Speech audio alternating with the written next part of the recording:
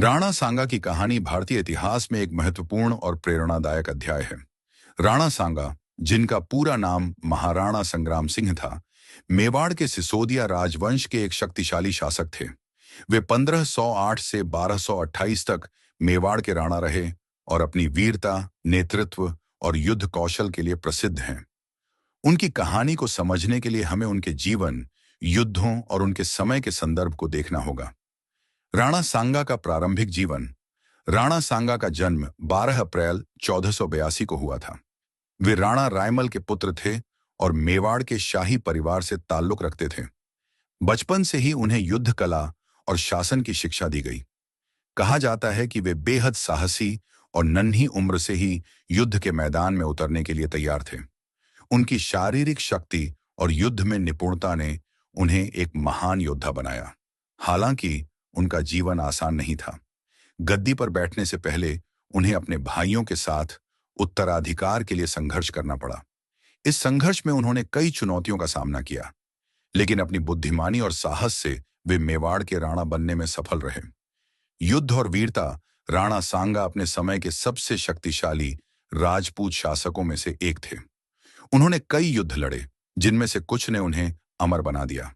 उनके शरीर पर युद्ध के निशान इस बात के गवाह थे कि वे कितने नन्हे योद्धा थे। कहा जाता है कि उनके शरीर पर 80 से अधिक घाव थे, जिसमें एक आंख, एक हाथ और एक पैर भी युद्ध में खो गया था। फिर भी उनकी लड़ने की इच्छा शक्ति कभी कम नहीं हुई। खानवा का युद्ध 1527।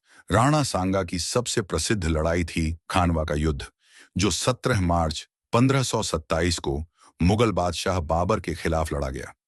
यह युद्ध भारतीय इतिहास में एक निर्णायक मोड़ साबित हुआ।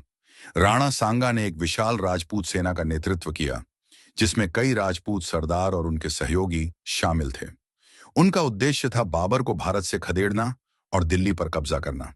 हालांकि बाबर की सेना ने तोपों और बारूद का इस्तेमाल किया, जो उस समय राजपूतों के लिए नई तकनीक थी। राणा सांगा की सेना पारंपरिक युद्ध शैली में माहिर थी, लेकिन बाबर की रणनीति और आधुनिक हथियारों के सामने वे हार गए। इस युद्ध में राणा सांगा गंभीर रूप से घायल हो गए और उन्हें युद्ध के मैदान से हटना पड़ा। राणा सांगा का अंत। खानवा के युद्ध के बाद राणा सांगा की स्थिति कमजोर हो गई। कहा जाता है कि 30 जनवरी 1528 को उनकी मृत्यु हो गई। कुछ इतिहासकारों का मानना है कि उन्हें जहर देकर मारा गया, क्योंकि उनके कुछ सहयोगियों ने उनके खिलाफ साजिश रची थी। उनकी मृत्यु के साथ ही मेवाड़ का एक स्वर्णिम युग समाप्त हो गया। उनकी विरासत राणा सांगा को आज भी उनकी वीरता और स्वतंत्रता के लिए लड़ने की भावना के लिए याद किया जाता है। वे राजपूत गौरव और सम्मान के प्रतीक बन गए। उनके बाद उनके पुत्र राणा उदय सिंह और पौत्र महाराणा प्रताप ने मेवाड़ की शान को बनाए रखा। राणा सांगा की कहानी न केवल एक योद्धा की गाथा है, बल्कि यह भी दर्शाती है कि कैसे एक व्यक्ति अपने साहस और संकल्प से इतिहास में अमर हो सकता है। उनकी वीरता की कहानियां